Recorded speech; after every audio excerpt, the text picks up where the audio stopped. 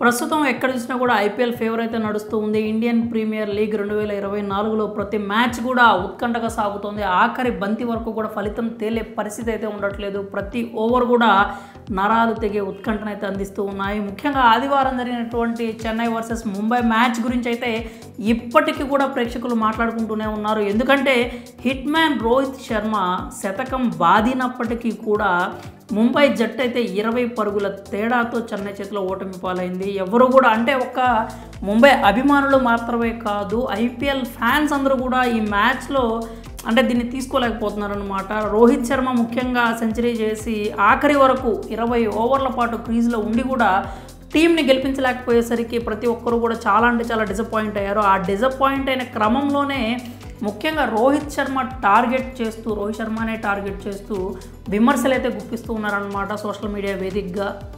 అందరూ ఏమంటున్నారంటే hit మ్యాన్కి Mumbai team గెలవటం ఇష్టం లేదు, అందుకనే చివరి వరకు క్రీజ్లో ఉండి కూడా జట్టును అయితే గెలిపించలేకపోయాడు. అతని వరకు అతను శతకం అయితే బాదాడు కానీ జట్టును మాత్రం గెలిపించలేదు అంటూ కొన్ని అంటే విమర్శలు అయితే నేరుగానే హిట్ మ్యాన్ పేరు పెట్టి రోహిత్ శర్మ మీదే చేస్తున్నారు. కానీ ఇక్కడ అందరూ తెలుసుకోవాల్సిన విషయం ఏంటంటే రోహిత్ శర్మ నిజంగా ముంబై జట్టు గెలవకూడదు అనుకున్నట్టయితే క్రీజ్లో అంతసేపు ఉండాల్సిన అవసరం ఉండేది కాదు. ముందే కూడా అవుట్ అయిపోయి బయటకు వచ్చేసినా కూడా అంటే అందరూ ఫెయిల్ అవుతున్న క్రమంలో రోహిత్ శర్మ అవుట్ అయి బయటకు వచ్చినా కానీ పెద్దగా ఎవరు కూడా డిసప్పాయింట్ అయ్యేవాడు కాదు.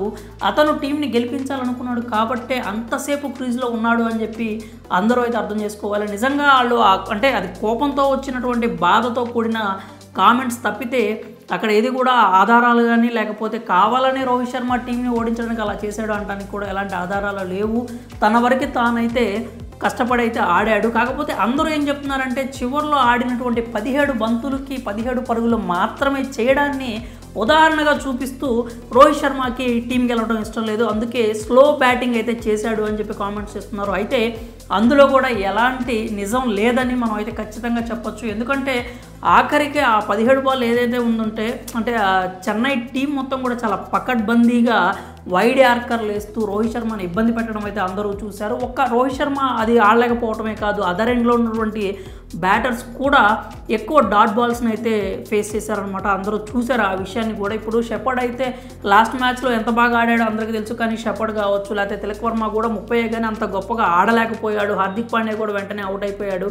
ఇలా చూసుకున్నట్టయితే సినారియో చూసుకున్నట్టయితే చెన్నై చాలా పకడ్బందీగా బౌలింగ్ చేసిందని చెప్పాలి. రోహిత్ శర్మను అవుట్ చేయలేకపోయినా కానీ టీంని గెలిపించకుండా అయితే చెన్నై మాస్టర్ మైండ్గా ఉన్నటువంటి కెప్టెన్ కూల్ ధోని అయితే దాన్ని ఆపగలిగాడు. అటు రుతురాజ్ మాత్రమే కాకుండా ధోని ప్లాన్స్ మొత్తం బాగా వర్కౌట్ అయినాయి అని చెప్పి మనం అయితే క్లియర్గా చెప్పుకోవచ్చు. కాబట్టి సోషల్ మీడియాలో ఎక్కడ చూసినా కానీ రోహిత్ శర్మ కావాలని చెప్పి చెన్నై జట్టు మీద ముంబై జట్టు ఓడిపోయేలా చేశాడు అని చేస్తున్నటువంటి వ్యాఖ్యల్లో కావచ్చు, విమర్శల్లో కావచ్చు, ఆరోపణలు కావచ్చు, నెట్టింట సోషల్ మీడియాలో ఇప్పుడు ఎవరైతే సోకాల్డ్ ఫ్యాన్స్ కావచ్చు లేకపోతే ముంబై అభిమానులు కావచ్చు చేస్తున్నటువంటి వ్యాఖ్యలన్నీ కూడా అంటే శుద్ధ అబద్ధాలనే చెప్పాలి, లేకపోతే నిరాధారణ ఆరోపణలు అని చెప్పాలి. వాళ్ళు బాధతో చేసినటువంటి కామెంట్స్ అని మాత్రమే చెప్పాలి. ముంబైకి సంబంధించి రోహిత్ శర్మ మాత్రం తాను చివరి వరకు జట్టును గెలిపించడానికి ప్రయత్నించాడు తప్పితే ఎక్కడ కూడా ఆ జట్టు ఓడిపోవాలని ఆయన ప్రయత్నం చేసినట్టయితే మనకి ఎక్కడ కూడా కనిపించలేదు.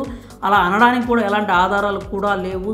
స్లో బ్యాటింగ్ అనేది చెన్నై చేసినటువంటి పకడ్బందీ ప్లానింగ్ వల్ల జరిగిందే తప్పితే అది ముంబైని ఓడించడానికి రోహిత్ శర్మ చేసింది అయితే కాదు అని మనం క్లియర్గా చెప్పాలి. కాబట్టి ఇకనైనా కానీ ఏదైతే ఈ ఆరోపణలు విమర్శలు ఉన్నాయో హిట్ మ్యాన్ మీద చేయకుండా నెట్టింట ఆపేస్తే చాలా బాగుంటుంది అని చెప్పి కొంతమంది కూడా కామెంట్స్ చేస్తూ ఉన్నారు. మరి హిట్ మ్యాన్ స్లో బ్యాటింగ్ గురించి మీరేమనుకుంటున్నారు? మీ అభిప్రాయాలను కూడా కామెంట్స్ రూపంలో తెలియజేయండి.